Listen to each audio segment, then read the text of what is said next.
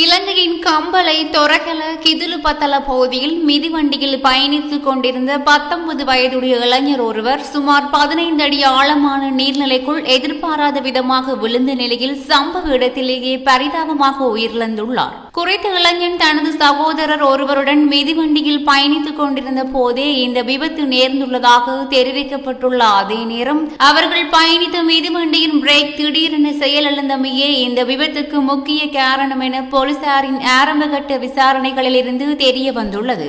திடீரென கட்டுப்பாட்டு இழந்த மிதிவண்டி பாதையோரத்தில் இருந்த சுமார் 15 அடி ஆழமான நீர்நிலைக்குள் பாய்ந்தமையினால் படுகாயமடைந்த இளைஞர் சம்பவ இடத்திலேயே உயிரிழந்துள்ளார்.